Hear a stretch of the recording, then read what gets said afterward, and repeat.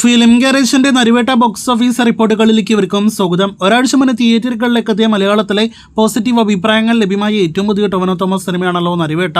ഒരു emotional thriller drama വിഭാഗത്തിൽപ്പെടുന്ന സിനിമയായിട്ട് തിയേറ്ററുകളിലേക്ക് എത്തിയ സിനിമ ചിത്രത്തിന്റെ രണ്ടാമത്തെ ശനിയാഴ്ചയിലേക്ക് എത്തപ്പെട്ടിരിക്കുന്നു. വെള്ളിയാഴ്ചയേക്കാൾ കളക്ഷൻ വർധന പ്രതീക്ഷിച്ചതുപോലെ സിനിമ നേടിയെടുത്തിരിക്കുകയാണ്. ഇന്നലെ ഇതേ സമയം 43 ലക്ഷത്തിന് മുകളിലാണെങ്കിൽ ഇന്ന് 47 ലക്ഷത്തിന് മുകളിലാണ് സിനിമയുടെ കേരള ട്രാക്കിംഗ് ഗ്രോസ്.